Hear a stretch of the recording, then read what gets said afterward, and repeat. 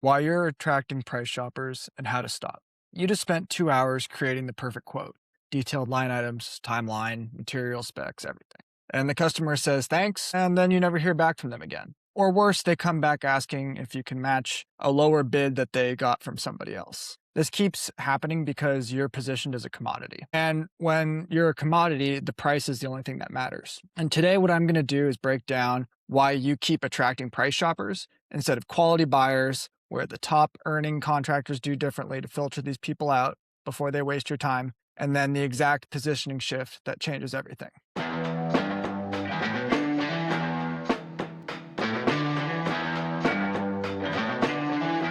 Here's what most contractors don't understand about lead generation. More leads don't equal more revenue. In fact, you're just attracting the wrong leads. More volume just means more wasted time. Now, research shows that 97% of home service customers start with an online search. They're typing in things like pressure washing near me or gutter cleaning prices. And most contractors are competing in that exact same space, all showing up with basically the same message. We do quality work, we're licensed and insured, we've been in business for X number of years, call for a free estimate. Now, there's nothing wrong with that, but there's also nothing that makes you different. So the customer does what any rational person would do. They request quotes from 3 or 4 companies and pick whoever comes in cheapest. What just happened is you entered the race to the bottom. The contractors that I know who've broken out of this aren't getting fewer leads, they're getting better leads. People who care about quality, who have budget, and who aren't shopping based on price alone. What they've done is they've changed what they're saying and how they're saying it, what premium positioning actually means. Let me be clear about something. Premium positioning doesn't mean you're the most expensive option in the market.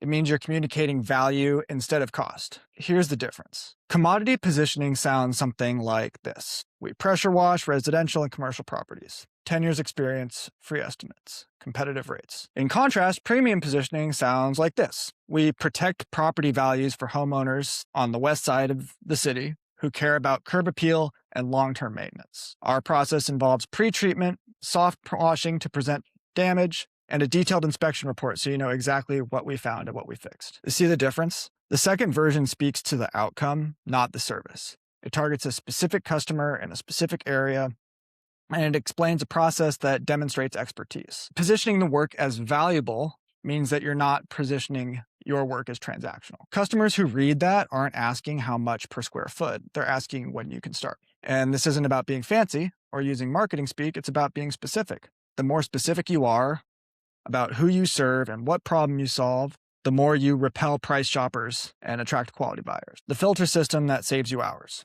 To get practical, you need a filter system. This system qualifies leads before you invest more time in them.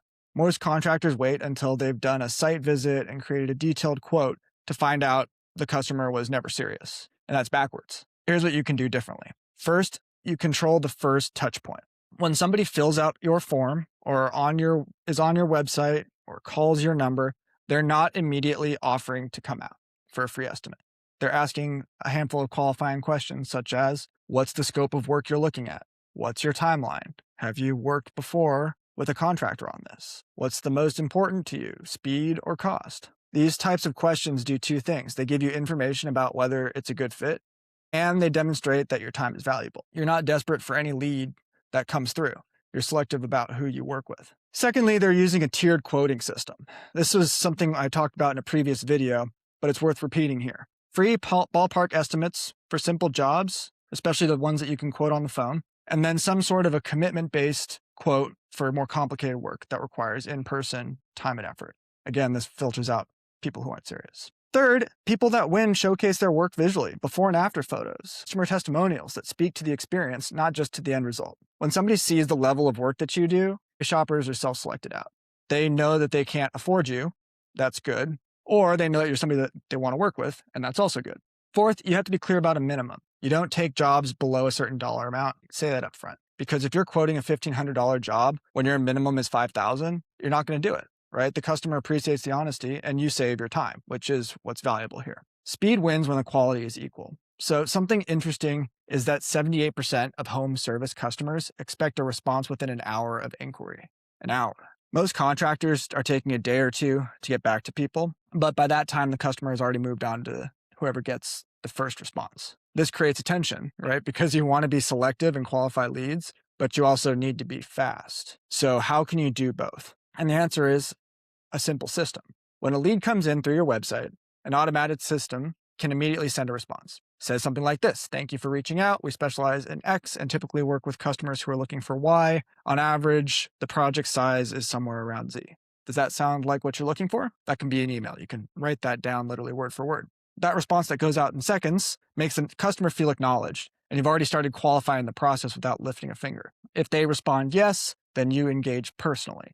If they don't respond or say that's not what they're looking for, you just saved yourself 2 hours. The contractors winning right now understand that speed and selectivity aren't opposites. They can be both. What it requires is systems, not hustle. And you can always reach back out to those customers even if they don't respond. You have the lead. I've watched contractors make this shift, and the first thing they notice is their calendar gets a lot less chaotic. Not running around doing estimates for everyone who asked, being selective. And the estimates that they do close at a much higher rate because the customer was pre-qualified and already understands the value.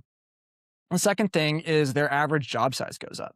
When you're not competing on price, you attract customers with bigger budgets who want the work done right. A contractor who is averaging $3,000 a job starts averaging $7,000 or $8,000, or on the bottom end, $50 or $100 jobs go to 5 or 6. This is doubling the revenue for the time. Now, the third thing is fewer headaches. Price shoppers are also the customers that are most likely to nickel and dime you during the job, dispute the final invoice, leave bad reviews because the expectations are unrealistic. And when you filter them out up front, you work with people who respect your time and expertise. The market is growing. The exterior maintenance industry is heading towards $1 trillion by the end of the decade. And that means that there's more work available than anybody can possibly handle. So your constraint isn't going to be finding customers. It's going to be finding the right customers, the ones who value what you do and are willing to pay for quality. So my challenge today is stop positioning yourself as the cheapest option or a commodity and start positioning yourself as the best option for a specific type of customer for a specific problem. The price shoppers will go elsewhere, and let them. So here's my question for you is, what's one change you could make this week to start attracting better quality leads? Drop it in the comment, and I'd love to hear what you're working on. If you are interested in how you can get some help with this, Breezy would love to get in touch. You can go to joinbreezy.com/join to learn more about what we do and how we support service businesses across the United States. And I'll see you in the next one.